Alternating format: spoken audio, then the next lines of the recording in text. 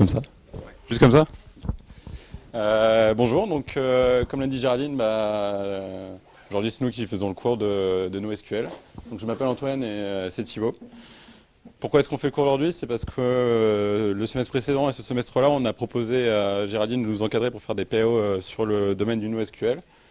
Et donc on a travaillé dessus sur les 6 derniers mois et on travaille encore dessus ce semestre. Donc pour faire un petit peu de pub en même temps aussi, si vous avez un sujet en informatique qui n'est pas traité en cours en ASI, proposez au prof, il y aura des gens pour vous encadrer et vous pourrez apprendre des choses super cool et vous pourrez le faire valoriser.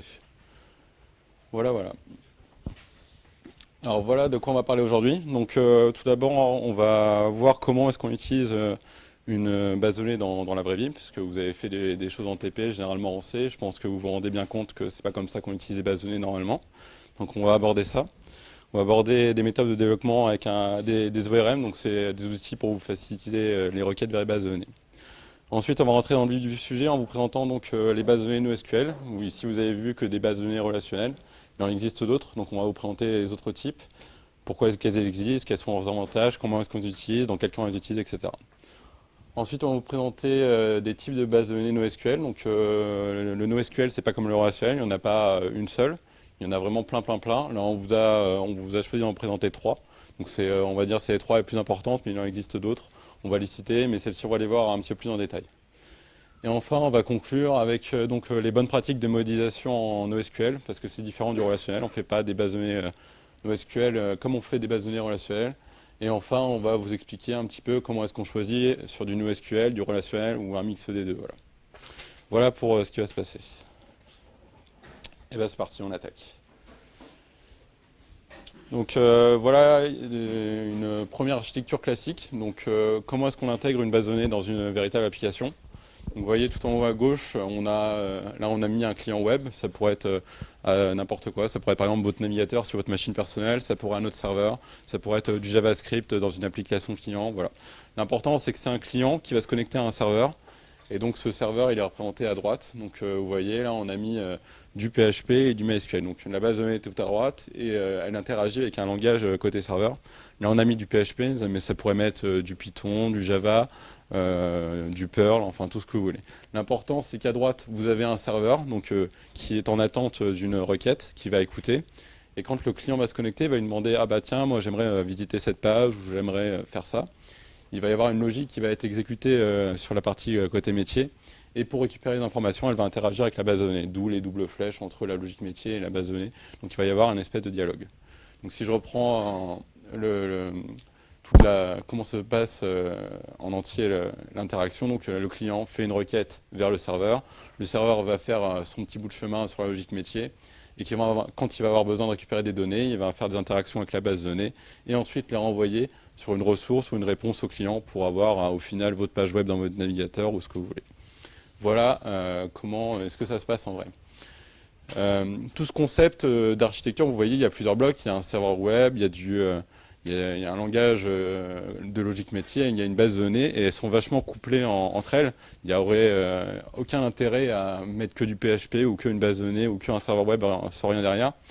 Ils sont intimement liés, si on peut dire ça. Et bien ça, c'est ce qu'on appelle le concept de stack. Donc stack en français, je pense que vous savez, c'est une pile.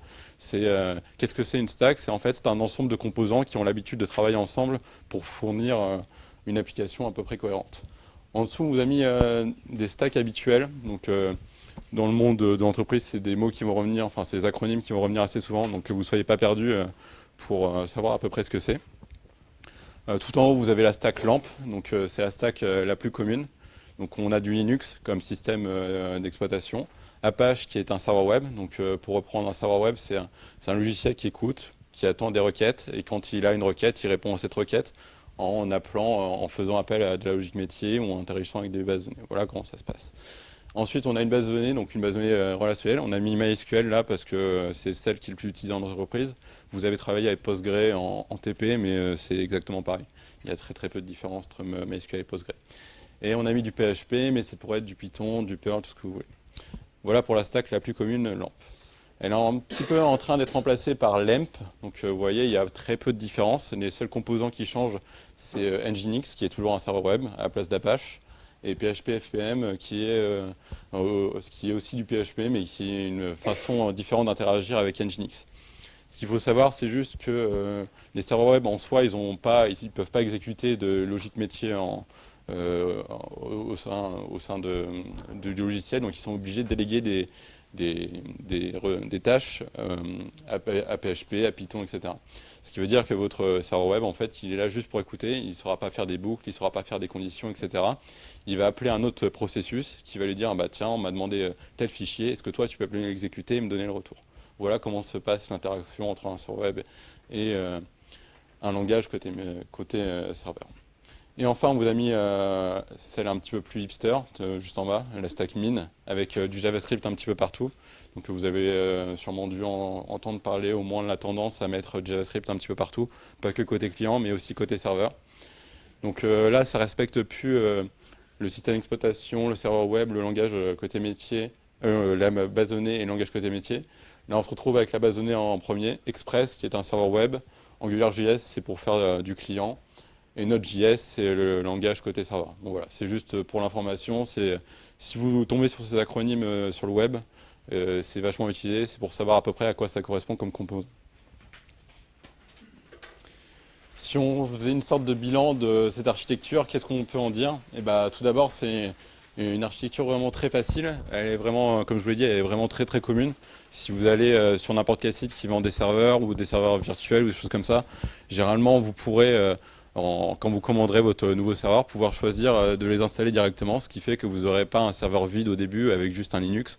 Vous aurez généralement déjà tous ces composants déjà installés, ce qui fait qu'en 5 minutes après la commande, vous pourrez faire fonctionner votre base de données, votre serveur web, etc. Donc c'est très très rapide à mettre en place et ça coûte très très peu cher. Typiquement, une architecture comme ça, si vous voulez héberger votre site personnel ou un site d'association avec, on va dire, moins de 1000 visiteurs par jour, ça va vous coûter moins de 5 € par mois. Donc c'est dérisoire. Donc c'est vraiment super commode à mettre en place et il n'y a aucun problème.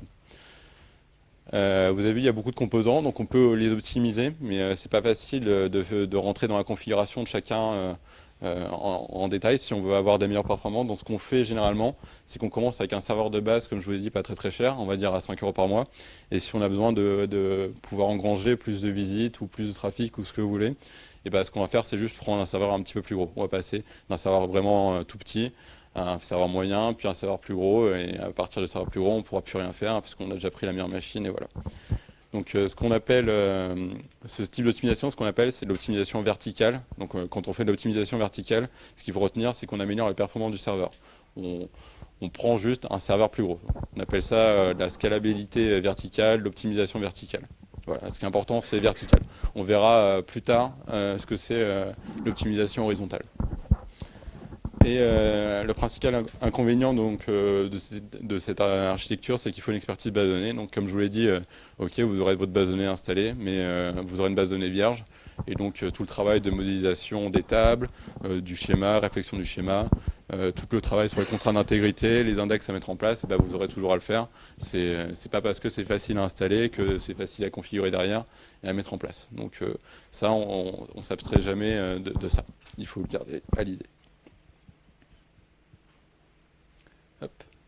Je le redis encore une fois, s'il y a des points qui ne sont pas clairs, on n'est pas prof, hein, donc n'hésitez pas à poser des questions. Maintenant, on va aborder le concept d'ORM. Un ORM, qu'est-ce que c'est? Déjà, ça veut dire un Object Relational Mapping ou Mapper, ça dépend du contexte. Je pense que vous êtes aperçu que les bases de données, elles sont modélisées en relationnel, donc avec des tables, avec des jointures, quand vous avez des relations, des choses comme ça.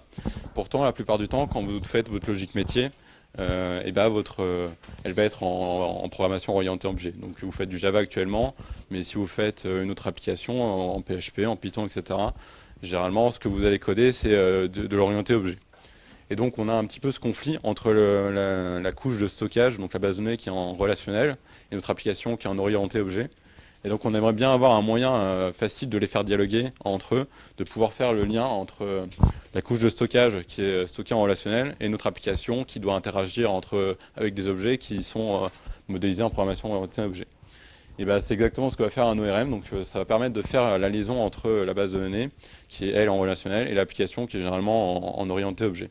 Donc, ça va vous fournir des méthodes, des primitives, une API, tout ce que vous voulez, qui vous permettent de récupérer facilement des valeurs dans votre base de données et de les transformer automatiquement en objets dans votre application. Ce qui fait que vous, la couche d'interaction avec votre base de données va être un petit peu plus transparente pour vous. Ce qui veut dire que vous n'allez pas faire un select super simple à la main, vous n'allez pas dire select id from ma table, where ma stock, les conditions simples, vous n'allez pas les écrire, vous allez appeler les méthodes de l'ORM.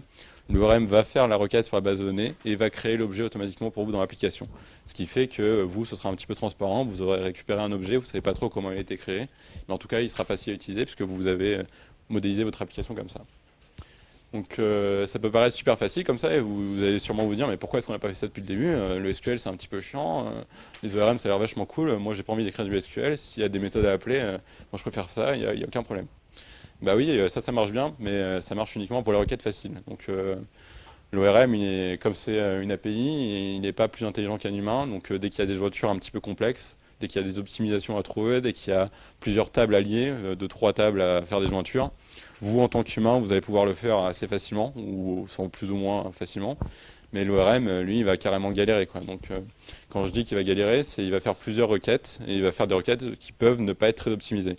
Donc ça peut vous paraître un petit peu magique pour vous, vous allez effectivement recevoir les objets dans votre application, mais si derrière les requêtes qui sont exécutées à la base de données ne sont pas du tout optimisées, ou il en fait 3 ou 4 requêtes à la place d'une seule, vous, que vous auriez pu taper en optimisé, et ben, le jour où vous aurez du trafic sur votre application, que vous aurez de la charge ou des besoins un petit peu plus poussés, ben, vous allez bien voir que vous allez peiner là-dessus, puisque l'interaction avec la base de données va être un vrai désavantage pour vous, parce que vous allez vraiment perdre beaucoup de temps par rapport à ça.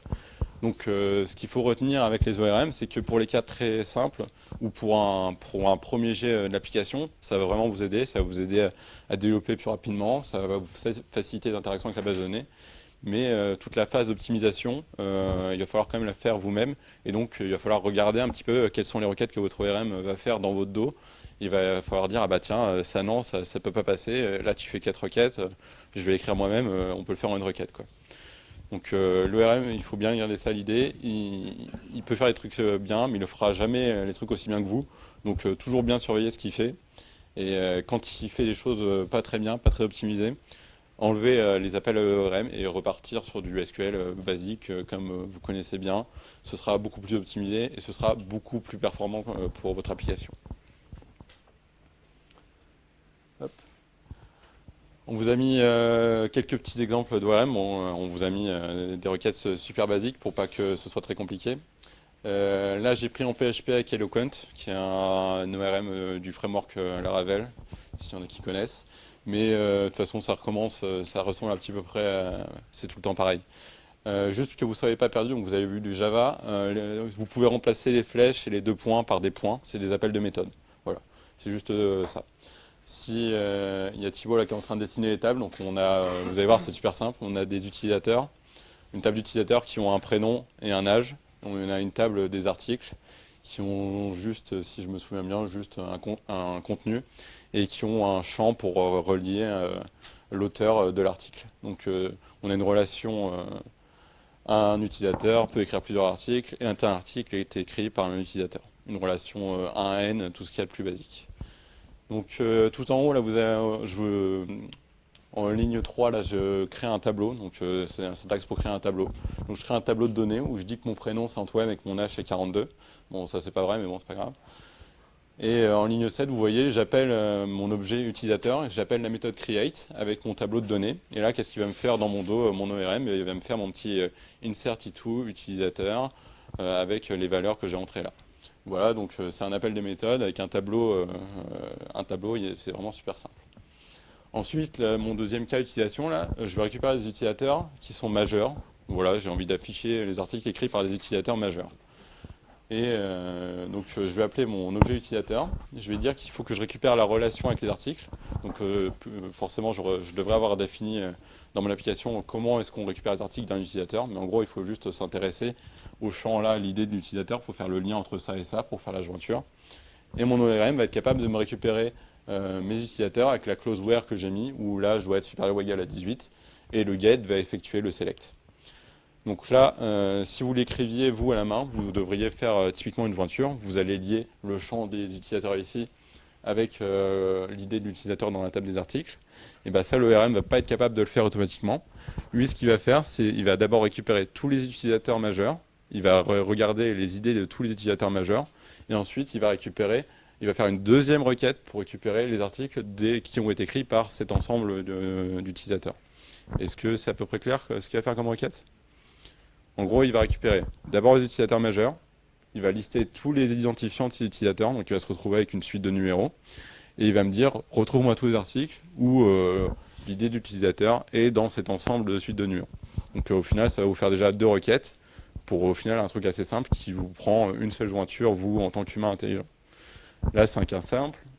Quand vous voulez récupérer, je sais pas, des articles avec des commentaires, du nombre de favoris, du nombre de retweets ou des choses comme ça, vous voyez bien tout de suite le problème. Là, j'ai fait 2 requêtes au lieu d'une, ça va encore, mais on peut se retrouver très vite à 5, 6, 7 requêtes à la place d'une seule qui peut être optimisée.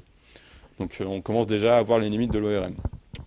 Et juste la dernière qui est à peu près similaire, mais c'est juste pour montrer qu'on a des méthodes aussi un petit peu plus lisibles humainement quand on est développeur. Donc là, je veux récupérer les derniers articles d'un utilisateur. On va dire que j'affiche 10 articles par page. Et là, je vais récupérer les articles qui ont été écrits par un utilisateur que j'ai donné en paramètre pour la 3e page. Parce qu'on a dit qu'on a, par exemple, déjà navigué sur les 2 premières pages qu'il a écrites. Donc là, je récupère mes articles qui appartiennent à un utilisateur où je passe son identifiant. J'appelle la méthode layTest qui va faire en fait un order by. Donc je vais faire un order by, le numéro en ordre descendant. J'en prends et la clause take skip va se traduire en SQL par un limit. Enfin, vous avez dû voir les limites. Il va faire un limit 20,10. Non, vous n'avez pas vu les limites? Donc, la limite, c'est pour récupérer seulement un sous-ensemble d'une collection. Si je récupère, imaginons que je sois un auteur, j'écris 300 articles, je ne vais peut-être pas récupérer mes 300 articles comme ça d'un coup. Donc je voudrais les paginer. Je peux lui dire de récupérer seulement 10 en skippant, enfin en passant sur les 20 premiers par exemple. Voilà, c'est juste ça. Vous regardez sur Internet, sur la doc de Postgre ou sur MySQL, c'est l'instruction, ça s'appelle limit. Voilà. Ça permet d'avoir des résultats paginés en disant j'en prends tant et je peux, si je souhaite, en oublier 10, 20 ou 30, comme je les ai ordonnés, ce sera toujours les mêmes que je vais oublier. Voilà l'exemple de requête. Donc on vous a mis d'autres ORM en bas parce qu'il en existe une multitude, donc il y en a pour chaque langage. Et généralement, chaque framework a son ORM. Voilà. On vous a mis Hibernate en Java, SQLAlchemy en Python, et Mongoose, c'est pour du NoSQL. On va expliquer après ce que c'est. Ouais. Sûr d'avoir compris pourquoi on sait qu'on va en take 10, pourquoi on skip pas 10 aussi? Parce que là, je t'ai dit, tu veux récupérer sur la 3e page. Donc tu vas en skipper 20, parce qu'il y en avait 10 sur la première page, il y en a 10 sur la 2e page. Donc tu veux skipper les articles qui étaient sur la première et la 2e page, soit 10 plus 10 qui fait 20. Et tu récupères 10 sur la 3e page. C'est plus clair comme ça? Voilà. Et donc, si je voulais par exemple récupérer la 5e page, j'en skip les 4 premières pages, donc j'en skip 40. Voilà.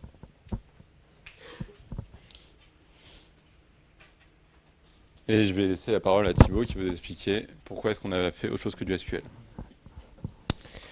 Alors oui, tout était bien beau avec le relationnel, mais il y a quelques questions quand même qui se posent, qu'on peut se poser avec le relationnel. C'est des problèmes par exemple quand on a un service réparti sur plusieurs continents. Donc c'est joli, quand vous avez votre petit serveur, que vous hébergez le site de votre association, effectivement ça va arriver, vous pouvez le laisser à Paris, votre serveur, ça devrait marcher. Mais quand on s'appelle Twitter, Google, Facebook, etc., avoir un seul serveur à Paris, ça va devenir un peu compliqué. Parce que quand les mecs de New York ils veulent se connecter, bon, ils vont déjà attendre 100 millisecondes au minimum pour aller chercher la requête, donc ça va prendre un peu de temps. Donc le service réparti sur plusieurs continents, en relationnel, je ne sais pas si vous voyez comment le faire, parce que ce que vous avez vu avec votre base de données, pour l'instant vous aviez une base de données à un seul endroit, vous vous connectiez avec une IP sur un serveur, enfin voilà, c'était vraiment à un seul endroit.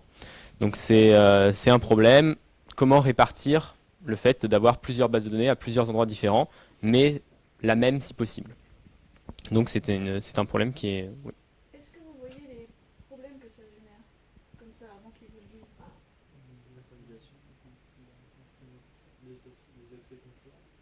Alors les accès concurrents, la synchronisation. Vous voyez d'autres? C'est quoi le principe d'une base de données relationnelle, enfin, un des principes importants?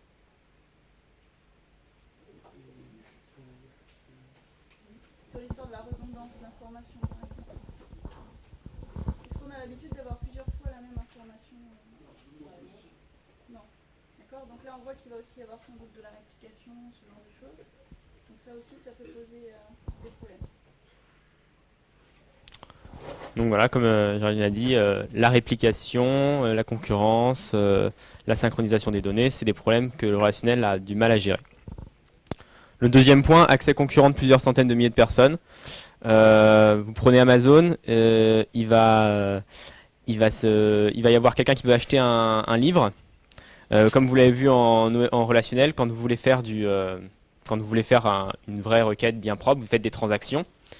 La personne, elle va essayer de commander son livre, ça va prendre un certain temps. Et du coup, vous allez verrouiller les tables nécessaires pour cette commande. Et plus personne ne peut y toucher. Donc ça marche aussi quand vous êtes dans des petites structures avec quand vous avez une requête par seconde, ça passe. Hein, la requête elle est faite et la table est déverrouillée assez rapidement. Mais quand vous appelez Amazon et qu'il y a potentiellement 10 000 personnes qui écrivent sur la même table en même temps, ça va être poser problème à ce niveau-là. Et ça veut dire que le premier, il va pas attendre, il va verrouiller sa table, il va faire son petit truc. Le deuxième, il va attendre un fragment. Mais le 10 millième, ça fera 3 secondes qu'il attendra que sa requête passe. Donc ça va être un peu problématique ça. Même chose pour Twitter par exemple, si vous avez des idées du nombre de tweets qui sont écrits par seconde sur Twitter, imaginez s'il devait verrouiller la table à chaque fois, etc. Le troisième, stockage d'objets avec prise en compte de l'héritage. Donc ça, je ne sais pas si vous avez déjà vu, vous avez vu l'héritage en Java, non? Oui. Vous voyez que vos objets ils vont être un peu différents. On a vu avec l'ORM qu'on pouvait faire du relationnel avec de l'objet.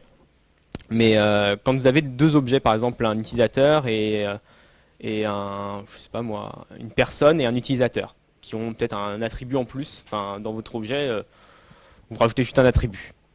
En NoSQL, comment vous allez représenter ça? Votre ORM il est intelligent, mais comment il va le gérer? Le fait que vous ayez deux objets qui ressemblent. Est-ce que vous faites deux tables? Est-ce que vous faites une table et vous mettez une colonne qui sera nulle de temps en temps? Comment vous savez quel objet c'est sur chaque ligne? Est-ce que c'est un objet humain? Est-ce que c'est un objet personne? Voilà. Quand vous avez plein de petits objets en orienté objet, c'est pas forcément adapté. Donc aujourd'hui, ce qui se passe dans le monde actuel, c'est que beaucoup de gens utilisent du relationnel pour faire de l'objet en applicatif, comme on l'a vu avec les ORM. Mais c'est vrai qu'à ce niveau-là, on pourrait utiliser plus les performances de l'objet dans nos applications avec du relationnel, justement avec autre chose que du relationnel. Un dernier point, reconnaissance automatique d'image ou traitement automatique de texte. C'est, j'ai pas retrouvé la source, mais j'avais vu des choses sur Google qui lit des lettres ou lit des textes sans arrêt, et que, imaginons qu'on arrive à récupérer seulement certaines parties d'informations. Parce que quand on lit par exemple, quand je vais lire une lettre, je vais peut-être réussir à récupérer l'adresse, je vais peut-être réussir à récupérer l'objet, peut-être réussir à récupérer la signature, etc. Mais je ne suis pas sûr d'avoir récupéré toutes les informations. Du coup, si je veux stocker ces données dans une table relationnelle, je vais me retrouver avec des nuls un peu partout, parce que forcément, je vais pas pouvoir récupérer tout le temps tout, parce que j'ai pas forcément de la chance, etc. Donc ça, c'est des problématiques qui se posent dans le relationnel et qui vont être résolues en partie par le NoSQL.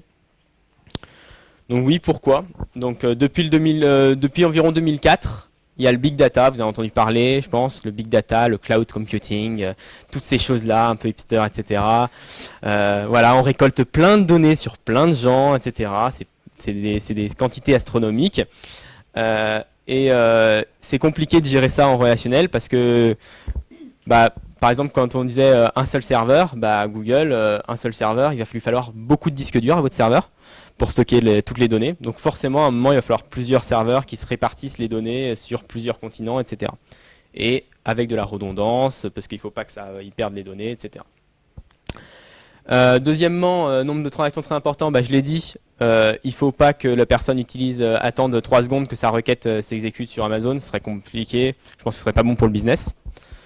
Des bases de données reparties sur plusieurs centres de données ou continents, là c'est tous les grands groupes, même les plus petits, hein, ils ont forcément au moins dès qu'on fait de l'international, de toute manière on va être obligé d'avoir au moins 2 serveurs sur 2 continents différents, et si on veut pas trop que les clients attendent, il faudrait mieux dupliquer les données sur les 2 continents avec les problèmes de synchronisation qui vont être résolus par le NoSQL.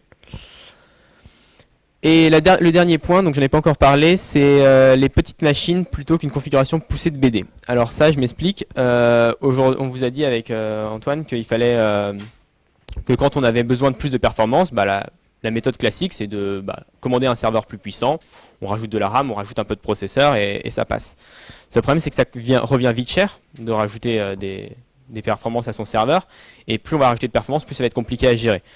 Et à partir d'un moment, on va arriver très rapidement à des limites. Le serveur, ils ne peuvent pas faire la taille d'une pièce non plus. Forcément, à un moment, on va arriver à la limite d'un serveur. Du coup, on va devoir répartir les calculs, les traitements, etc. sur plusieurs machines. Parce que exécuter une page web, c'est pas très coûteux en temps, mais exécuter 10 000, 100 000 requêtes par seconde sur une page web, ça commence à prendre un peu de temps processeur. Et c'est mieux qu'il y ait 3 serveurs qui gèrent les 100 000 requêtes qu'un seul puissant qui gère les requêtes. Donc ça, on va préférer rajouter des petites machines qui coûtent pas très cher. Et puis si on a besoin de plus, si on a 10 000 utilisateurs qui arrivent en plus, et hop, on rajoute 2-3 machines, ça nous coûte rien. Et hop, on tire la charge. Mais pour ça, vous l'avez dit, on l'a évoqué tout à l'heure, avec les contraintes du relationnel, c'est problématique. Les contraintes acides, etc. On va voir qu'on ne va pas pouvoir garantir que toutes les données sont partout en permanence de la même identique. On ne va pas pouvoir garantir que la transaction s'est bien effectuée proprement avant de pouvoir déverrouiller la table. On ne va pas pouvoir garantir tout ça. Donc il y a des chercheurs qui se sont penchés sur la question et qui sont venus avec des nouvelles théories. Donc les théorèmes CAP et les propriétés bases. Donc, vous voyez que les chercheurs ont beaucoup d'humour. Il a dû bien se torturer la tête pour trouver le sigle base. Le théorème CAP, c'est Consistency, Availability et Partition Tolerant. Donc Consistency, ça veut dire que toutes les données doivent être identiques au même moment. Availability, ça veut dire qu'on doit toujours avoir accès aux données. Toutes les requêtes on doit répondre à toutes les requêtes sans exception. Et Partition Tolerance, c'est à moins que tout s'effondre et que la Terre explose avec des bombes atomiques, il faut que le réseau continue à tourner et que n'importe quelle machine puisse continuer à tourner même si elle est coupée de toutes les autres machines du réseau. Donc voilà. Les propriétés bases, ça recoupe à peu près le théorème CAP. Donc Basic Availability, ça veut dire que le système disponible dans son ensemble, bien que certaines machines soient indisponibles. Donc c'est un peu le Partition Tolerance. Ça veut dire que, en gros, Google, il a peut-être 5000 machines, même plus, 10 000, 15 000, 20 000, je ne sais absolument pas. Je ne sais pas du tout. En tout cas, à partir d'un certain nombre de machines, vous vous rendez compte que Google, je pense qu'il a une machine qui crache au moins toutes les 10 secondes, une machine qui meurt toutes les 10 secondes, qui est remplacée, voilà. Il ne faudrait pas que si une machine casse, tout le réseau tombe. Ça serait problématique. Parce que le principe même de rajouter des petites machines peu performantes, c'est justement qu'on s'en fout, la machine elle vaut rien et que si elle tombe en rade, on la remplace, il n'y a pas de problème. Mais bon, si elle tombe en rade et que ça fait planter tout, ça pose problème.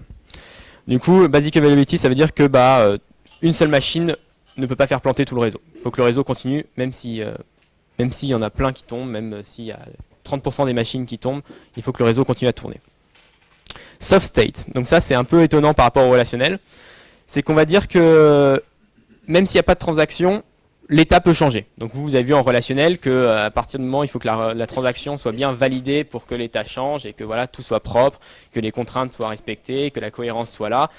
Là en NoSQL, vous allez vous voir que l'état du système, même s'il n'y a pas de requête qui est faite, il va quand même changer. Donc il va se débrouiller tout seul, les machines entre elles vont se débrouiller entre elles pour gérer le fait que les données soient cohérentes.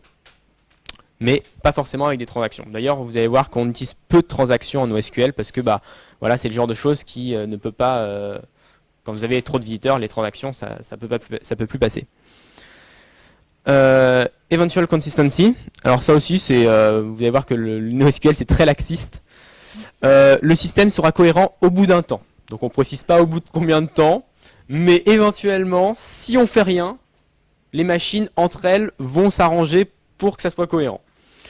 Donc ce que vous voyez, c'est que, imaginons j'ai 3 serveurs, je fais une requête sur l'un, j'insère un document ou une ligne sur un serveur, et bah, les 2 autres serveurs vont pas être au courant. Donc du coup, pendant un certain temps, ils vont pas être au courant, ils vont pas avoir les bonnes informations.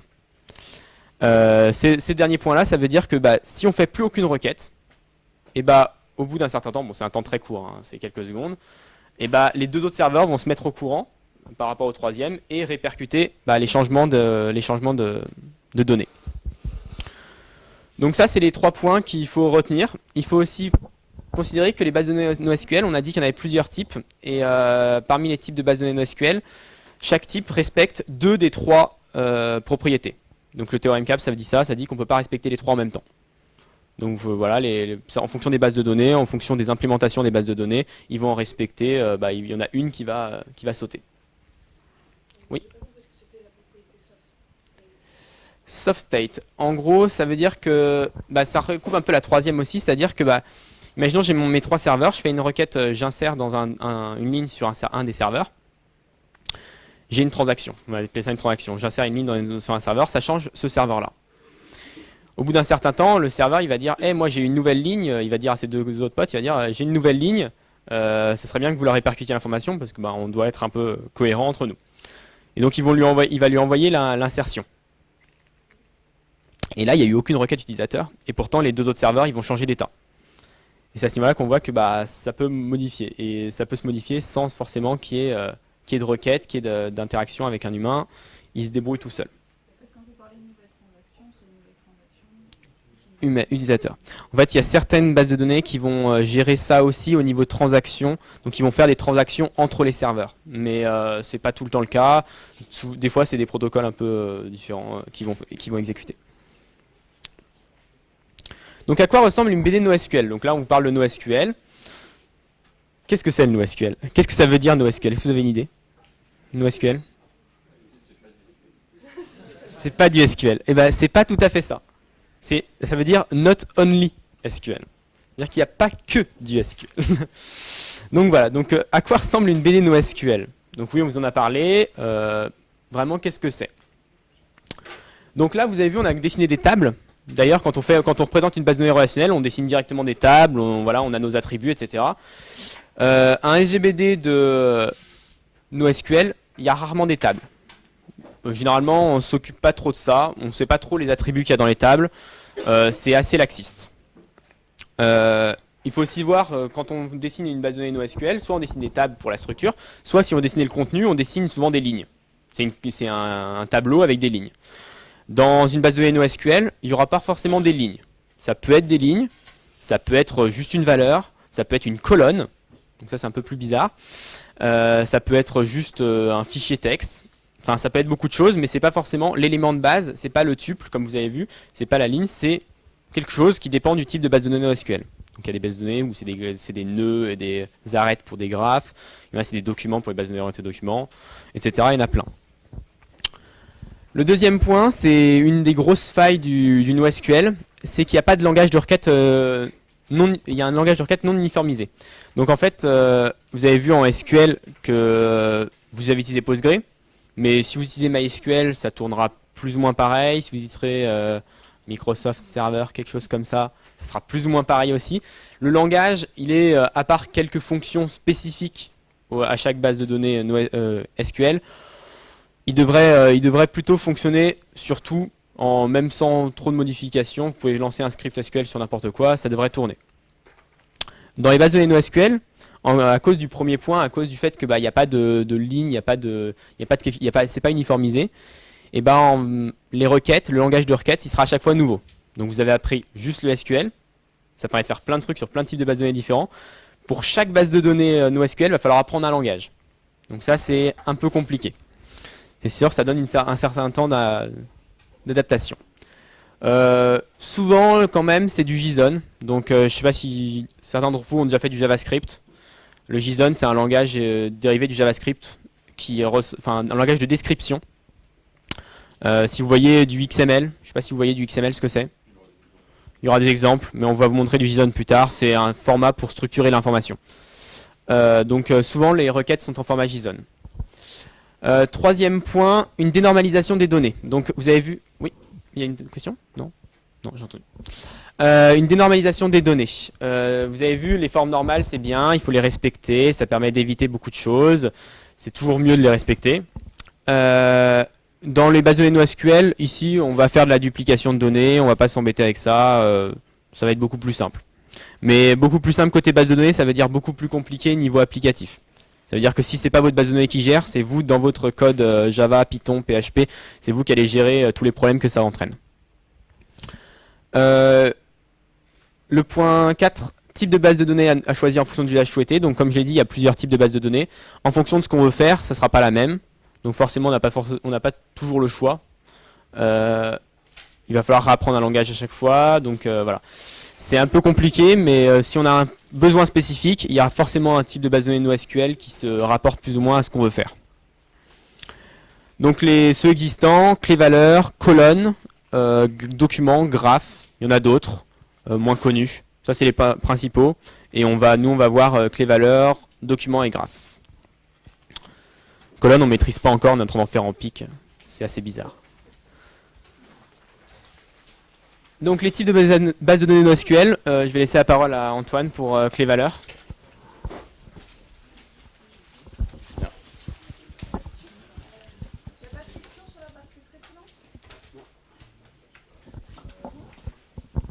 On l'a bien compris, de toute façon on reviendra hein, sur, en particulier sur la modélisation par rapport au relationnel, c'est vraiment très bizarre. Thibaut vous l'a déjà dit, on va dupliquer les informations. Donc comment est-ce qu'on va faire ça? Pourquoi est-ce qu'on le fait? Est-ce qu'on fait tout? Est-ce qu'on duplique tout? Enfin voilà, on va le raborder dans la conclusion et on pourra en parler même pendant 1h30. Donc on va en parler plus tard. On va commencer par une base NoSQL, donc la clé valeur. Vous allez voir, c'est la plus simple des bases de données NoSQL. Ça va aller assez vite, vous allez voir, c'est très très simple comparé à du relationnel. Donc le principe de base d'une base de données clé valeur, c'est qu'on a donc une clé et une valeur. Et donc c'est super simple, à une clé, j'associe une valeur. Et cette valeur, la principale nouveauté, c'est qu'elle peut être de n'importe quel type. Donc on peut mettre une chaîne de caractères, un entier, une structure en JSON, un fichier texte, un objet qui est sérialisé, ce que vous voulez. Donc tout d'abord, comme disait Thibaut, vous voyez bien, et là ici je vous ai représenté schématiquement ce qu'on pouvait avoir comme contenu dans une base de données clé valeur. Vous voyez, déjà il n'y a pas le concept de table. Donc là j'ai plusieurs données. Là j'ai quelque chose en rapport avec un pays, là j'ai quelque chose en rapport avec de la configuration, et là j'ai quelque chose en rapport avec des articles. Si vous deviez modéliser ça en relationnel, enfin, je suis sûr que vous ne feriez pas une seule table où vous mettrez un petit peu tout en bazar comme ça. Et bien là, la clé valeur, c'est pas une mauvaise pratique de faire comme ça. Bon, par contre, j'ai quand même gardé une certaine cohérence, puisque dans mes clés, vous avez vu, j'ai gardé des noms. Généralement, je mets l'élément à quoi ça se rattache au début, je mets un point, et après je mets un numéro de clé, enfin, qui a du sens. Par exemple, mon pays, je dis que c'est un pays, point, et je mets que c'est le pays avec l'identifiant numéro 42. Et au final, j'ai mis dans ma valeur les données associées à ce pays. Donc je dis que ce pays avait un identifiant de 42 et que le nom de ce pays, c'était le Tchad. Voilà. Ensuite, j'ai mis un entier, donc on va dire j'ai fait un compteur de visiteurs. Si vous êtes encore dans les années 2000, vous faites peut-être ça tout en bas, là. Oui, mon site a été visité tant de nombre de fois. Bah là j'ai mis un compteur, génial, je l'ai mis à 1337, et donc l'idée c'est de pouvoir incrémenter ce compteur au fur et à mesure. Et vous voyez, en soi c'est complètement hallucinant qu'un compteur de visiteurs soit à côté d'un pays. En relationnel ce serait vraiment bizarre, en clé valeur c'est tout à fait normal. Ensuite là j'ai mis une variable de configuration, donc on va dire je m'appelle Amazon, j'ai une variable de configuration période gratuite, si je la mets à true, tout est gratuit. Bon je pense pas qu'il fasse ça un jour mais voilà. Et ensuite, j'ai mis un tableau avec qui va me permettre de récupérer sûrement des articles par catégorie. Là, j'ai dit les derniers articles de la catégorie de sport. Bah voilà, j'en ai mis 5. Et donc plus tard, si j'ai envie de les récupérer, sûrement, je vais faire d'autres requêtes pour récupérer les articles qui ont cet identifiant-là. Donc la chose vraiment claire à retenir, c'est que le choix de la clé... Oui, excuse-moi. Ouais. Ouais. La clé, c'est ton équipe de développeurs, elle va se mettre d'accord, elle va adopter généralement un nommage, et il faut que tu trouves un moyen d'uniformiser les clés dans ton application pour pas que ce soit le bordel, que toi t'écrives une clé comme ça, et que ton copain il écrive avec un underscore à la place d'un tiret, ou un truc comme ça. Parce que de toute façon, on va le voir après, juste après, la clé valeur, ce qu'elle peut faire, c'est juste, tu donnes une clé, elle te donne une valeur. Tu peux pas dire, enfin tu peux pas parcourir un ensemble par exemple. Tu peux pas dire j'aimerais récupérer les clés entre PID-1 et PID-50. Il n'est pas capable de parcourir séquentiellement des choses comme ça. Et donc la chose à retenir, comme tu as dit, c'est le choix super important de la clé. Et le type de valeur, vous avez bien vu, là j'ai mis du JSON, là j'ai mis un entier, là j'ai mis un booléen, là j'ai mis un tableau. Donc on peut mettre tout et n'importe quoi. Mais attention au type de données qu'on met. Enfin, je vais vous expliquer un petit peu plus tard pourquoi on ne peut pas être tout non plus et n'importe quoi. Hop, pour la suite. Donc pour les opérations disponibles sur les clés valeurs, vous allez voir, c'est super simple. Donc on peut créer une clé, donc c'est une paire clé-valeur, c'est-à-dire je lui dis, bah tiens, à la clé temps, associe la valeur temps. Je peux supprimer la paire que j'ai créée. Je peux accéder à une valeur à l'aide de la clé, donc je lui dis, bah tiens, donne-moi la valeur si je te donne la clé. Je peux incrémenter, décrémenter des compteurs. Donc je fais plus 1, plus 2, moins 2, des trucs comme ça. Et voilà à peu près les opérations de base qu'on peut faire. Vous avez vu, c'est super simple. On peut même pas faire des sélections sur les ensembles. On peut absolument pas faire des jointures. On peut pas mettre des contraintes d'intégrité. On peut pas mettre des index. Il n'y a pas toutes ces choses-là. Il y a juste, j'ai une paire clé-valeur, je peux la supprimer et puis voilà. Il y a quelque chose quand même qu'on peut faire de plus, c'est qu'on peut définir un temps de vie à une paire clé-valeur. Donc c'est un petit peu nouveau pour vous. Je pense qu'en relationnel vous êtes habitué. Voilà, j'ai fait mon insertion. Bah, jusqu'à la fin de la nuit des temps, ma ligne que j'ai insérée, bah, elle sera dans ma base de données. Et bah, là on peut dire bah, ma paire clé-valeur, au bout de 10 minutes, bah, je veux qu'elle dégage toute seule. Et ça, c'est quelque chose qu'on peut lui dire. Ça fait penser un petit peu à Snapchat des données, enfin un truc comme ça. Et vous inquiétez pas, ils font pas comme ça, hein. Mais c'est un peu comme ça. Pourquoi est-ce qu'on fait ça? C'est parce que généralement on va vouloir mettre des choses temporaires dans cette base de données. Et donc on va devoir s'en souvenir peut-être pour 10 minutes, un quart d'heure, enfin le temps qui correspond à votre besoin. Et on veut que ce soit enlevé automatiquement. Donc au lieu de revenir plus tard moi-même développeur en disant bah tiens merde, il ne faudra pas que j'oublie au bout de 10 minutes d'enlever cette valeur, bah, on peut lui dire quand on la crée. Et débrouille-toi, au bout de 10 minutes, je veux que ceci, ce soit plus là, parce que de toute façon, moi, j'en aurais plus besoin. Voilà comment on pourrait faire ça. On peut aussi adopter une politique list recently used. On peut lui dire, bah tiens, moi, je veux que ma base de données, elle fasse tout le temps, enfin, elle fasse au maximum 500 mégaoctets. Et dès que tu arrives à cette limite, quand j'essaie d'insérer, et bah, tu vas me trouver la dernière paire clé-valeur que j'ai accédée dans le temps, et tu vas me la mettre à la poubelle, parce que j'ai besoin d'insérer quelque chose, et il n'y a plus de place, donc j'ai besoin de faire du tri, et donc tu vas m'enlever celle à laquelle j'ai accédé il y a le plus longtemps possible. Chose super importante pour les bases de données clé-valeur, elles ne sont pas stockées sur disque. Donc vous allez me dire, mais c'est pas possible, comment est-ce qu'on fait pour avoir la persistance, etc. Si ma machine elle crache, comment je fais pour mes données? Et bah c'est ça le truc aussi, c'est que base de données clé-valeur, si la machine crash, il y a beaucoup de chances que vous perdiez les données. Parce que c'est pas une méthode de cache, c'est pas une méthode de stockage persistant, c'est pas une méthode de stockage durable. C'est quelque chose d'intermédiaire, de temporaire. Quand même, il y a des mécanismes de reprise en cas de crash qui veut dire que de temps en temps, généralement c'est au bout de quelques secondes, genre toutes les 5 secondes, il va écrire sur son disque dur, dans un fichier de log en disant bah tiens, les paires clés-valeurs qui sont à cet instant-là sont celles-ci, elles expirent dans combien de temps, etc.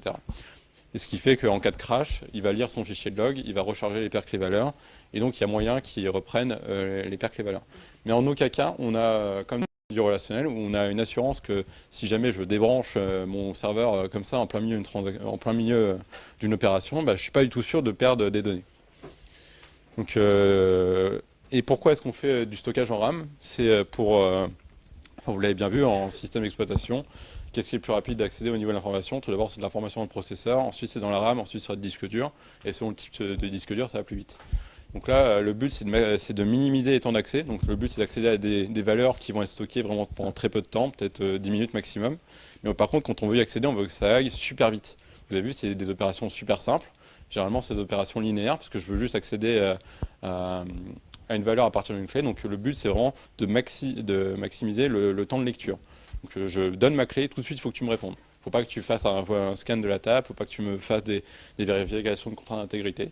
Et donc le fait de stocker en RAM va encore accélérer cette recherche de vitesse. Donc pourquoi est-ce qu'on utilise des bases de données comme ça? Souvent c'est pour faire les caches d'une autre base de données. Donc ce qui veut dire, on pourrait imaginer une architecture où vous avez une base de données par exemple relationnelle et une base de données clé-valeur d'un autre côté. Et typiquement sur des bases de données relationnelles, vous allez faire parfois des opérations qui sont assez coûteuses. Si vous avez par exemple des articles, vous allez devoir parfois compter le nombre de commentaires sur un article, et c'est une opération coûteuse en relationnel, parce qu'il va falloir faire un agrégat, il va falloir faire un count, c'est un petit peu coûteux. Si vous devez afficher par exemple le nombre de likes sur Facebook ou des choses comme ça, vous n'allez peut-être pas faire un agrégat à chaque fois. Donc ce qu'on pourrait imaginer, ce serait par exemple de faire cet agrégat une fois, de compter en disant bah tiens, l'article numéro tant, il a tant de commentaires, et de stocker ça dans une base de données clé-valeur, ce qui fait que la prochaine fois que je vais vouloir afficher cet article, je vais pouvoir récupérer la donnée qui correspond au nombre de commentaires, non pas en faisant un agrégat sur ma base de données relationnelle, mais juste en allant chercher la bonne clé qui va bien dans ma base de données clé-valeur. Ce qui fait que j'aurai un temps linéaire en accès à cette donnée, et je n'aurai pas à embêter ma base de données relationnelle à faire un agrégat, ce qui va lui prendre du temps et ce qui est compliqué. Ça permet en plus de répartir la charge sur 2 serveurs ou sur 2 bases de données. Et quand quelqu'un va rajouter un commentaire ou va liker ou tout ce que vous voulez, qu'est-ce qu'on va faire? On va insérer en stockage en relationnel donc, la donnée du commentaire, le texte, qui l'a écrit, etc. Et on va penser aussi à incrémenter notre compteur en base de données clé-valeur. Ce qui fait que au final, j'aurais gardé mon compteur à jour et j'aurais quand même gagné du temps sur les prochaines lectures. Par contre, là, je vous l'ai bien dit, là, il faut quand même penser à incrémenter le compteur. Donc là, ça peut paraître simple, mais tout de suite, on voit qu'il y a une possibilité de l'oublier, ou alors que ça se passe mal d'un côté ou de l'autre, ce qui fait qu'on peut rajouter encore une forme d'incohérence. Parce que si on choisissait de faire le calcul à chaque fois en relationnel, on est sûr que le résultat va être bon, parce qu'on va faire un agrégat, on va compter, ça va nous prendre du temps, mais au moins le résultat sera cohérent. Alors que là, si ça se trouve, la base de données clé-valeur, elle aura craché juste avant, le compteur n'existera plus, on va essayer d'incrémenter, ça va pas marcher. Ou alors, j'ai été développeur, j'ai été mauvais, et j'ai oublié que parfois, quand on ajoutait un commentaire par ici, j'ai oublié d'incrémenter mon compteur, et donc peut-être que je vais être en retard de 2-3 incrémentations que j'aurais dû faire. Donc là encore, on voit l'intérêt, on voit encore la logique qui est déportée sur l'application, comme l'a dit Thibaut. Si la base de données ne fait pas comme dans le relationnel, à vérifier la cohérence, à vérifier les contraintes d'intégrité, à faire des agrégats, des choses comme ça, et c'est vous, développeurs, qui allez devoir vous assurer de cette cohérence, de cette durabilité de l'information. Et donc ça peut être assez compliqué à gérer. Ensuite, qu'est-ce qu'on a d'autre comme cas d'utilisation? Donc compter les éléments, je vous ai donné un exemple super avec les likes, les commentaires, les nombres de commentaires, ce que vous voulez. Il y a aussi des gestions de files d'attente. Il y a certaines bases de données clés-valeurs qui proposent des structures un petit peu plus évoluées que juste des clés et des valeurs. Il y en a qui proposent des listes ou des ensembles. Donc on peut ajouter un élément à une position précise d'une liste, on peut rajouter un élément à un ensemble, et forcément, ça existe déjà dans un ensemble, et il ne va pas être ajouté. Enfin, c'est le principe même d'un ensemble. Donc on pourrait imaginer qu'on crée des listes, et on va récupérer par exemple le premier élément d'une liste, et on va traiter ce qu'on doit faire avec les listes. Ça peut permettre de gérer des files d'ensemble, par exemple. Et enfin, les opérations ensemblistes, donc je vous ai dit, voilà. Si vous avez besoin d'utiliser des listes ou des ensembles, parfois ça peut être plus adapté d'utiliser avec les valeurs que d'essayer de le modéliser en relationnel, c'est pas toujours facile. Là, il y a des opérations natives qui existent dans certaines bases de données. On vous a mis les principaux acteurs, donc si vous devez utiliser des bases de données clés-valeurs, il faut regarder sûrement l'un de ces trois-là. Le plus utilisé, par exemple, c'est Redis. Juste pour donner un cas d'utilisation de Redis, typiquement tous les tweets de Twitter, dans chaque data center de Twitter, donc ils en ont plusieurs par continent, et tous les tweets sont stockés en RAM. Donc quand je poste un tweet, ils sont dupliqués dans chaque timeline de tous mes followers. Et donc par centre de données Twitter, ils ont des clusters de 105 Tera de Redis. Donc vous voyez 105 Tera de clés valeurs, ça commence à faire ça se fait pas sur une machine, ça se fait sur beaucoup, et c'est des volumes de stockage énormes, quoi. Voilà juste un petit cas d'utilisation de Redis. Donc on peut faire des choses assez avancées sur les clés valeurs. Même si au final ça paraît complètement super basique. Je vous ai mis quelques exemples de commandes sur Redis. Donc là c'est en console. Donc là j'ai mis clé texte à clé texte, j'ai donné la valeur bonjour. Donc voilà, j'ai fait un set. Il m'a dit ok, c'est bon, j'ai bien compris ce que tu m'as fait. Si je fais un get plus tard, il va me répondre la valeur que j'ai mis avant. Voilà, il va me répondre bonjour, vous avez vu, c'est quelle utilisation incroyable. J'incrémente un compteur, il va me répondre que je suis maintenant à 42 parce qu'avant j'étais à 41. Voilà aussi. Et si je supprime, il va me dire ok, j'ai bien compris que tu avais voulu supprimer, je mets un 1. Et tout en bas, j'ai mis les opérations sur la liste. Donc là, j'ai mis enfin là, à la fin d'une liste le mot hello. Et ensuite, j'ai inséré encore à la fin d'une liste le mot world. Au début, il me répond 1 parce qu'il y avait un élément dans ma liste. Après, il me répond 2 parce qu'il y a 2 éléments dans ma liste. Donc là, j'aurai une liste avec hello, world, parce que j'ai inséré dans cet ordre-là en fin de liste. Ouais. Et au niveau de la suppression du compteur, il te répond 1 parce que... Parce qu'il a compris que j'avais supprimé. Ouais. Voilà, c'est comme ça. Il faut regarder les méthodes de retour. Voilà. Enfin bon, ça c'est l'exemple en shell. Enfin, vous vous en doutez bien que vous n'avez pas tapé ces commandes-là dans votre terminal. Il y a des méthodes d'accès en API. Il y a tout ce qu'il faut pour faire du Java, du PHP, du Python. Vous vous connectez juste à votre serveur. Il y a des méthodes d'accès déjà tout faites. Hop, je vais laisser la parole à Thibaut pour les bases de données documents. Alors, les bases de données de documents. Donc c'est les bases de données qui se rapprochent le plus du relationnel. Ça sert à faire la même chose à peu près. Ça sert à faire du stockage. La modélisation est un peu spécifique par contre. Donc là où on va avoir des tables en relationnel, en document on aura des collections. Donc c'est quasiment la même chose. Et à la place d'avoir des tuples en relationnel, on aura en document des documents. Jusque-là, on est d'accord. Donc on aura des collections avec des documents à l'intérieur. Les documents auront des attributs, donc un peu comme les tuples en relationnel. Et par contre, la chose qui change, c'est que les attributs des documents, ça peut être tout et n'importe quoi. Donc on peut avoir dans une même collection, on peut avoir un document avec 2 attributs prénom, nom, et un document avec un attribut ville, et un document avec, je sais pas, un attribut... je sais pas, contenu, commentaire, enfin n'importe quoi. Vous voyez bien là, c'est le même problème que les clés sous Redis. À partir du moment où on peut faire n'importe quoi, ça ne veut pas dire qu'il faut faire n'importe quoi. C'est pas conseillé de mettre des documents qui ont aucun rapport dans la même collection. Hein, vous ne faites pas votre application en mettant les commentaires, les utilisateurs, ça dans la même collection. Puis vous dites, ah, c'est bon, je peux le faire, ça va être bien. Parce que tout ce que vous gérez pas, comme on l'a dit il y a plusieurs fois, tout ce que vous gérez pas côté base de données, ça va être à gérer côté application. Donc côté application, quand vous allez devoir récupérer vos trucs, ça va être une belle merde. Donc voilà, donc la modélisation des bases de données orientées documents, c'est une collection, dans une collection des documents, dans un document des attributs, qui peuvent être différents mais pas trop dans la même collection. Et voilà. Donc l'optimisation horizontale pour la modélisation, ça veut dire que comme on l'a vu, on a vu l'optimisation verticale. J'améliore mon serveur, je lui mets plus de RAM, plus de processeur. Une base de données documents, typiquement, va avoir de l'optimisation horizontale. Donc une base de données documents va très bien gérer tout ce qui est duplication de données, synchronisation, etc. Dans toutes les API, dans tous les langages, vous allez retrouver pour vous connecter à une base de données documents, vous n'allez pas vous connecter à une IP, mais souvent à un ensemble d'IP. Et ça va être votre application qui va choisir sur quel serveur elle veut se connecter et comment elle va gérer ça. Les serveurs entre eux, ils vont être au courant de qui fait quoi et ils vont réussir à répliquer les données de façon efficace et au bout d'un certain temps, ils seront tous cohérents. Donc à ce niveau-là, les bases de données orientées documents, quand vous avez plusieurs serveurs, plusieurs continents et beaucoup de données, ça permet de gérer ce cas-là. Concernant les opérations, on utilise le JSON, donc vous en avez vu un petit peu dans les clés valeurs, mais je sais pas trop, bon, vous n'avez pas trop vu, je pense. On utilise du JSON pour le stockage, pour les requêtes, enfin voilà, c'est le JSON, c'est du JavaScript, donc tout le monde aime ça actuellement. Généralement, ça marche bien et c'est un peu moins verbeux que le XML. Vous allez le voir, on a un exemple juste après.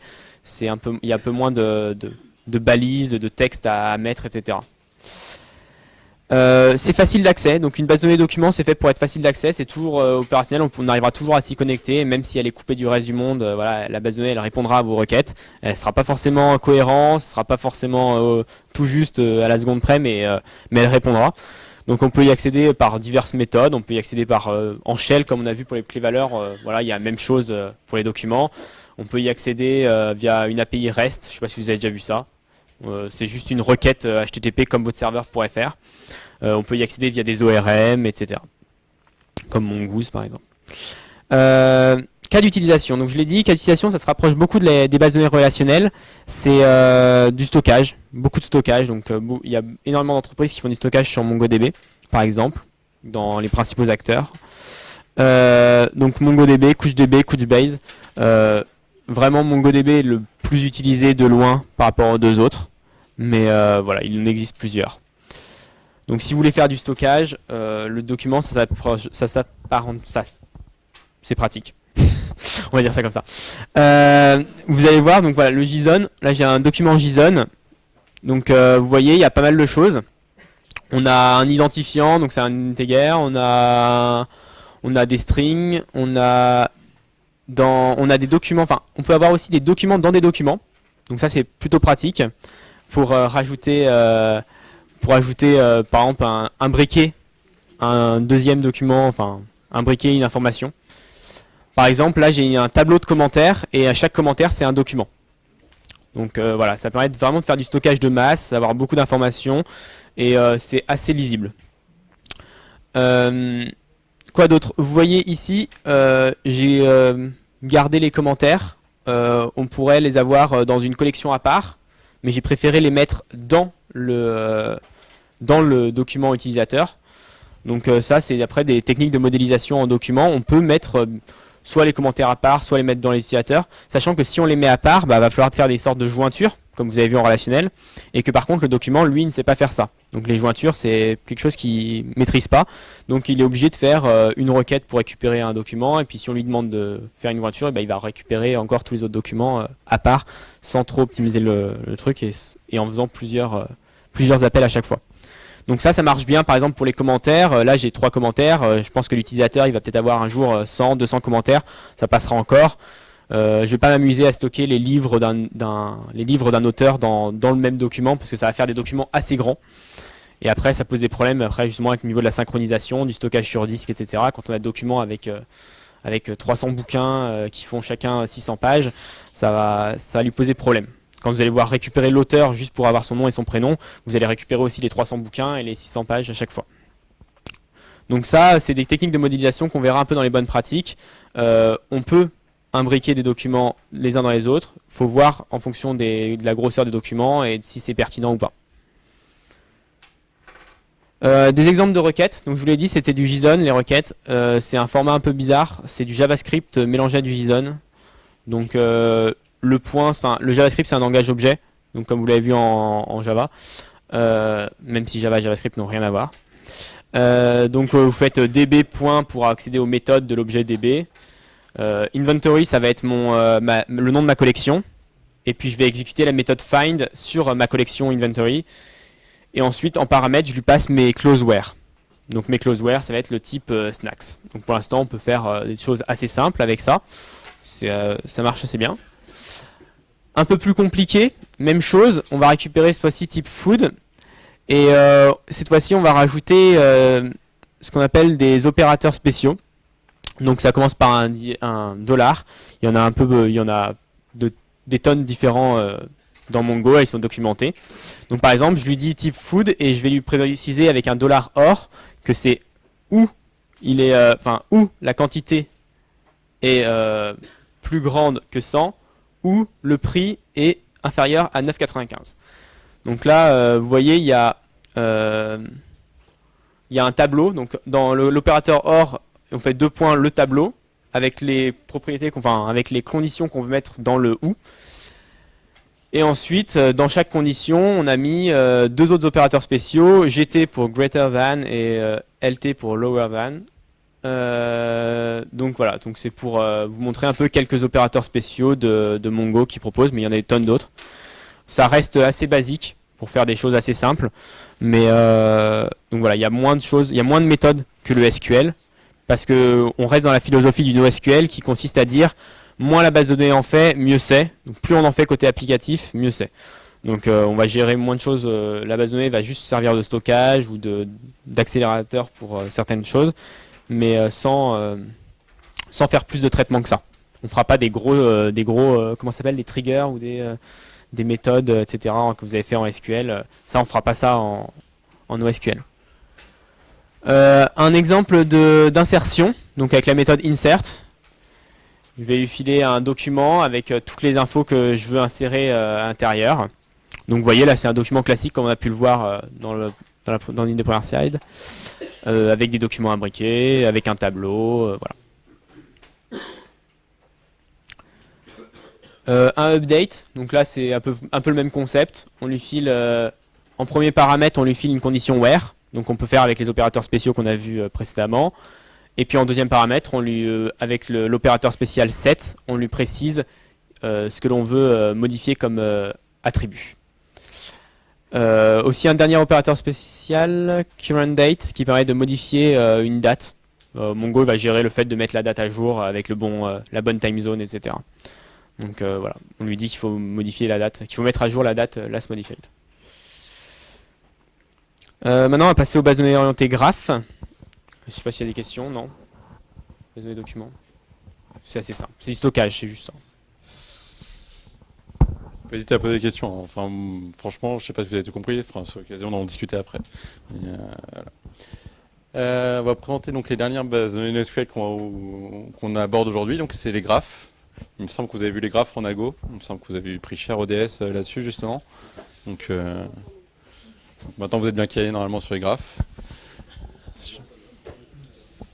Ça tombe bien, on fait ça aussi en pic, on fait que ça.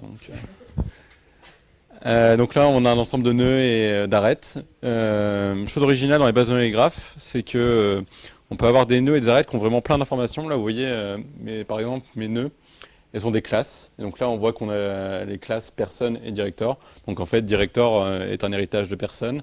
Et on a aussi des acteurs qui héritent de personne. Donc c'est vachement bien, on peut avoir des nœuds qui ont des types.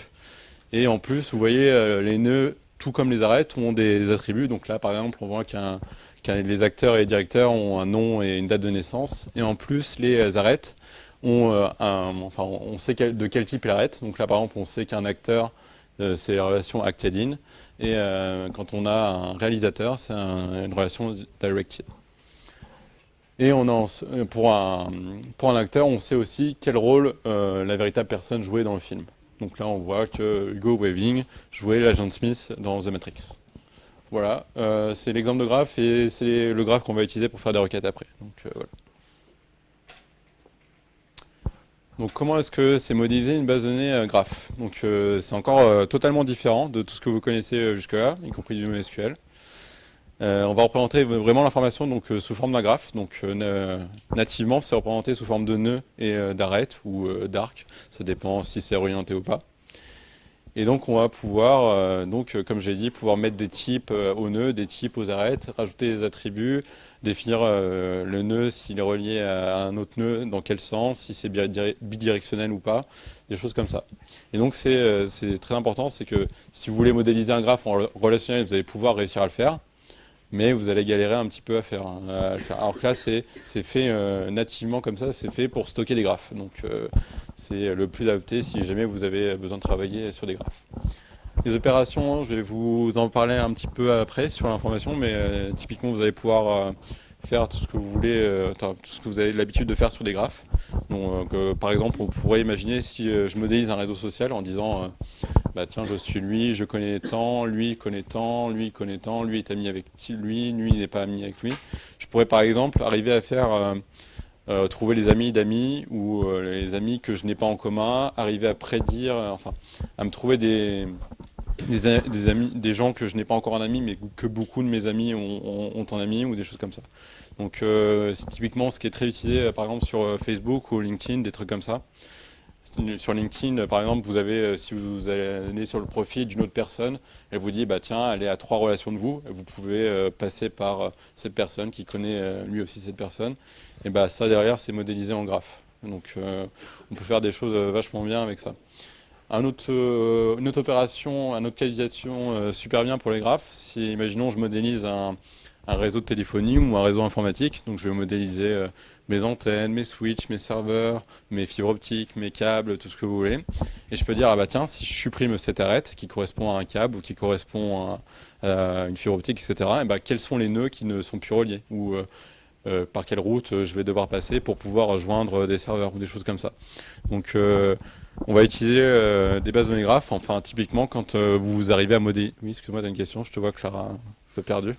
En fait, je comprends pas quel type de données on ne peut pas représenter par des graphes, et du coup, la question d'après, c'est pourquoi on peut pas le faire en graphe. Mais c'est quand même compliqué de tout représenter en graphe. Tu voudrais représenter quoi en graphe par exemple? Ouais. Par exemple des utilisateurs et des articles, Bah oui. tu peux aussi, mais... Non, mais moi, du coup, forcément, on ne fait que du SQL avec Madame Nelmondo, et on commençait toujours avec les schémas entité-association. C'est déjà des graphes. Tu vois ce que je veux dire? Oui, oui, non, mais je suis d'accord avec toi, il y a beaucoup de choses qu'on modélise de nature. Ce qu'il y a, c'est qu'il faut que les traitements qui soient derrière soient intéressants du point de vue graphe. C'est-à-dire que là, quand il vous dit je vais rechercher des amis d'amis ou ce genre de choses, en fait, Ouais. c'est des traitements de graphe, le plus court chemin, tout ça, c'est Ouais. un intérêt. Alors que là, par exemple, représenter votre base de données avec des articles et des utilisateurs, on voit pas très bien l'histoire de chemin, vous voyez ce que je veux dire? Les traitements vont pas être... Comme toutes les autres bases de données NoSQL, par exemple, enfin, il ne sait pas faire des jointures et il ne sait pas faire des choses comme ça. Enfin, tu t'imagines bien. Par contre, tous les traitements de graphes, il est au taquet là-dessus. S'il faut traverser des nœuds, traverser des relations, voir l'impact qu'on a quand on enlève un nœud, quand on enlève un arc ou une arête ou ce que tu veux, et ben là, ça a tout son intérêt. Donc c'est pour ça qu'on l'utilise d'ailleurs pour modéliser des réseaux généralement, ou des réseaux sociaux, des réseaux de communication, des réseaux de logistique, tout ce que vous voulez. Voilà. Et donc c'est une base de données qui est rarement utilisée pour du stockage. Généralement on importe des données dans cette base de données et on va effectuer des traitements dessus. Donc par exemple Facebook il n'est pas nativement stocké sur du graphe, mais par contre ils ont besoin de faire certaines opérations sur des graphes. Donc ce qu'on fait généralement c'est qu'on va créer notre graphe à partir des données qui sont stockées ailleurs. Ça peut être du relationnel, ça peut être du document, ça peut être des fichiers texte que vous voulez. Par contre on va l'apporter dans une base de données orientée graphe, parce que ça va nous aider à effectuer des traitements dessus. Trouver des amis, trouver des impacts, si on supprime des liens, des arrêts, des choses comme ça. Donc c'est pas un moteur de stockage durable, ça n'a pas vraiment d'intérêt. Par contre, c'est un moteur très puissant de traitement. Donc c'est un peu à cheval entre de la base de données et un moteur de traitement qu'on pourrait, je sais pas, faire du MATLAB ou des choses comme ça. Donc c'est assez particulier. Vous avez mis les principaux acteurs, Neo4j, Titan, OrientDB, et moi je peux vous dire, il n'y a que Neo4j que vous allez pouvoir utiliser, les autres ils sont complètement à la ramasse. Mais, voilà. Mais il faut les citer quand même, parce que voilà, il n'y a pas beaucoup d'acteurs. Voilà. Je vous ai remis le graphe donc, sur votre diapo, c'est juste pour vous aider quand vous allez relire votre cours, mais sinon c'est le même qu'avant. Il y a un exemple de petite requête. Ça a une syntaxe assez particulière. On peut dire que c'est assez dégueulasse quand on ne sait pas du tout comment c'est représenté, mais en fait ça a tout son sens. Ce qu'il y a entre parenthèses, tout à droite ou tout à gauche là, en fait représente des nœuds. C'est un petit peu schématique. Donc vous voyez, les nœuds sont représentés avec des parenthèses. Et là, au milieu, on a une relation. Et la flèche représente le sens de la relation. Donc là, en fait, ma close match me dit, je cherche un acteur qui a joué dans un nœud de type movie. Donc les types sont marqués en rouge. Donc là, je cherche une personne qui a joué dans un objet de type movie, et je cherche la relation dans ce sens-là. Donc voilà, ça se représente comme ça. Donc, le type de relation, donc elle est marquée ici, c'est acted in, parce qu'on cherche pas un réalisateur de film, on cherche un acteur. Ensuite, on a une closeware un petit peu plus classique. Donc j'accède à l'attribut title de mon film, et je dis que je cherche le film The Matrix. Et là, je veux retourner, donc pour tous les liens que j'ai trouvés, je veux retourner le nom du personnage qui était joué, et je veux récupérer le véritable nom de l'acteur qui a joué. Donc si on reprend le graphe d'avant, donc là on cherche les acteurs du film The Matrix. Donc là, on est là par exemple, on va avoir typiquement celui que je vous ai dit tout à l'heure, donc c'est Hugo Weaving, et il a joué Agent Smith. Voilà, on va voir que cela, parce que l'autre film c'était Crew Atlas. Donc vous voyez le style syntaxe, ça c'est quand même vachement inspiré du SQL, mais ça utilise l'art ASCII pour représenter les liaisons, les choses comme ça. Et voilà à peu près à quoi ça ressemble comme type de requête. On va passer à la conclusion. Donc pour conclure, quelques bonnes pratiques du NoSQL si vous devez en faire un jour, je ne sais pas trop. Tout d'abord, bien connaître ses données. Donc c'est un point important. Vous avez vu, il y a plein de types de bases de données NoSQL. Ils sont tous adaptés à des données différentes. Du coup, bah, si vous savez pas trop si vous devez faire du graph, du clé-valeur, du document, bah voilà, faut savoir un peu ce qu'on veut en faire, qu'est-ce qu'on a comme données, qu'est-ce qu'on veut faire comme traitement dessus, pour bien choisir le bon type de base de données qui sera bien adapté à nos besoins. Deuxième point, ne pas avoir peur de la redondance. Donc vous l'avez vu en relationnel, les formes normales, faut les respecter, c'est bien, etc.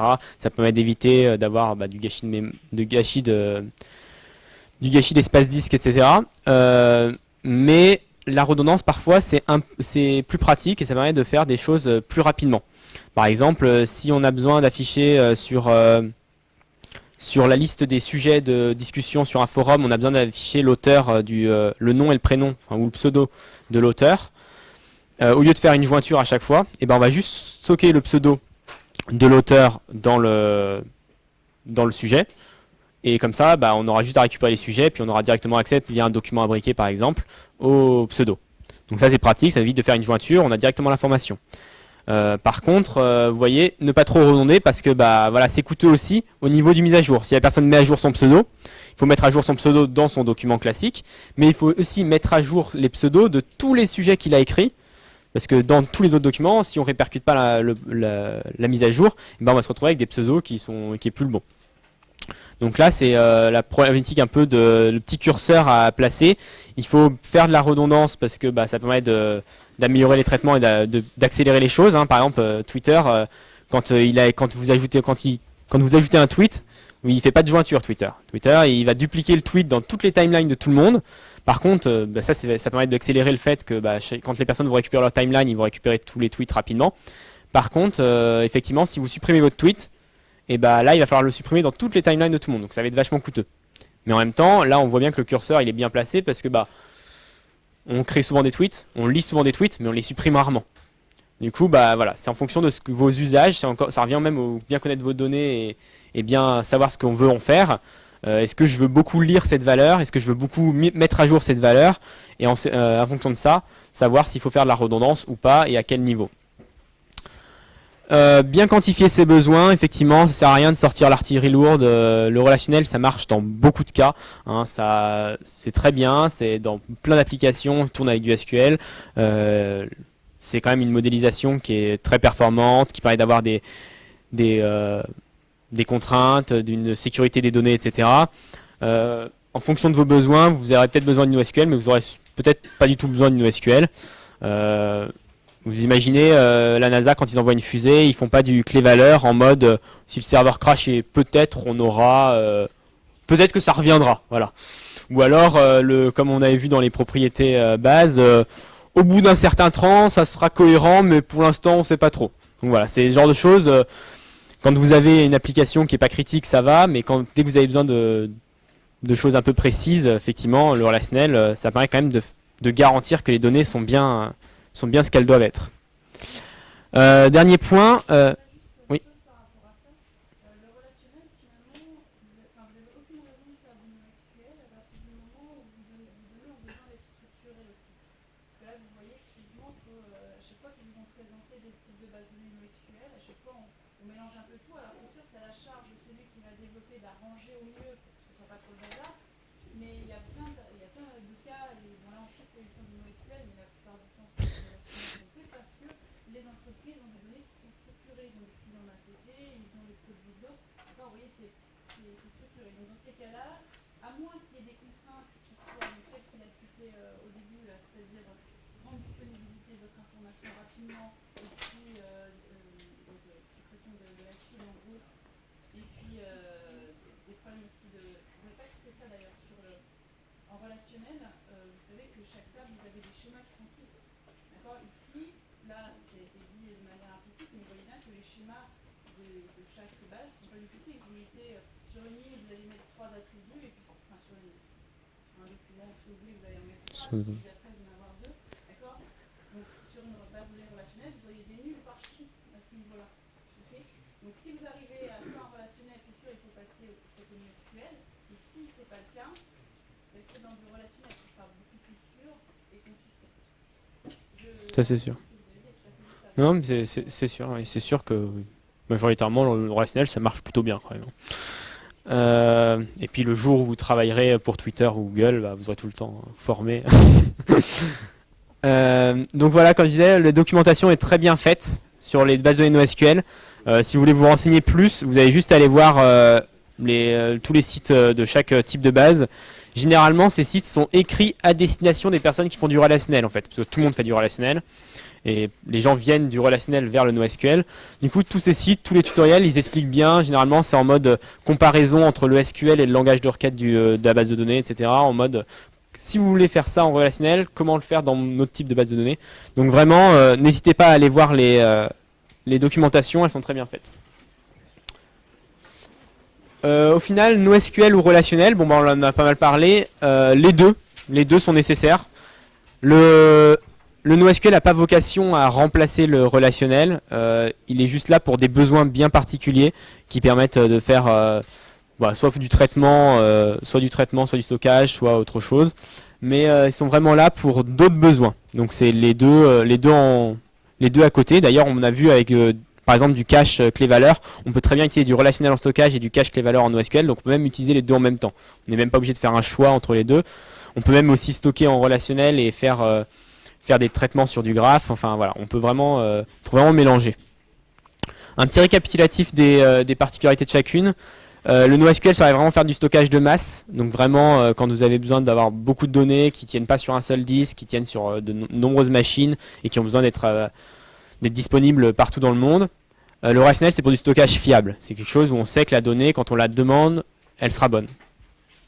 NoSQL, c'est pour des données, comme vous l'avez dit, des données diverses, des données pas structurées.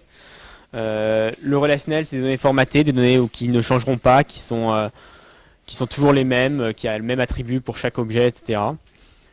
NoSQL, scalabilité horizontale, donc si vous préférez rajouter des petites machines que d'améliorer votre serveur, et là, le NoSQL est plus adapté.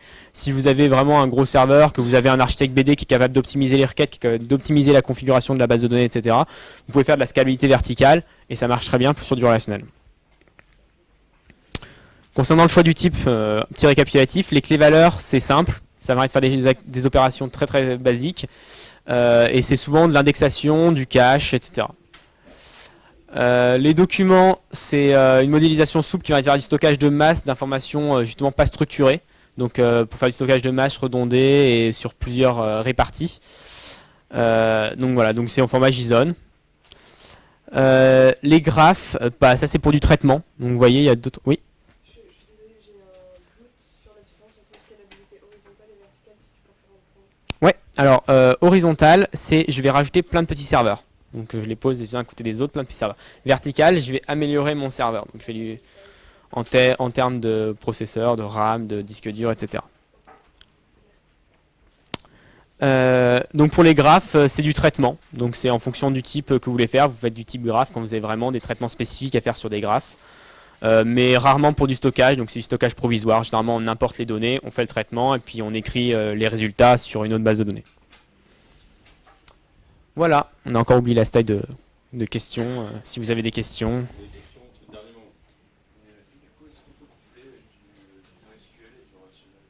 Ouais, on peut parfaitement coupler du NoSQL et du relationnel. Faire du cache, une clé valeur avec une base de données relationnelle. Une base de données relationnelle, des fois il y a des calculs qui sont assez longs. Hein, comme il le disait, compter les commentaires, etc. C'est assez long à faire. Et vous rajoutez juste la petite valeur en Redis, vous s'en fichez que ça soit marqué 12 ou 13 sur le nombre de commentaires. Si c'est pas bon à un instant T, c'est parfait. C'est pas grave. Donc voilà, oui, on peut combiner les deux. On peut utiliser soit l'un, soit l'autre, soit les deux. Enfin, c'est vraiment libre, en fonction de vos besoins. D'autres questions? Attention. Ah, vous l'avez oublié?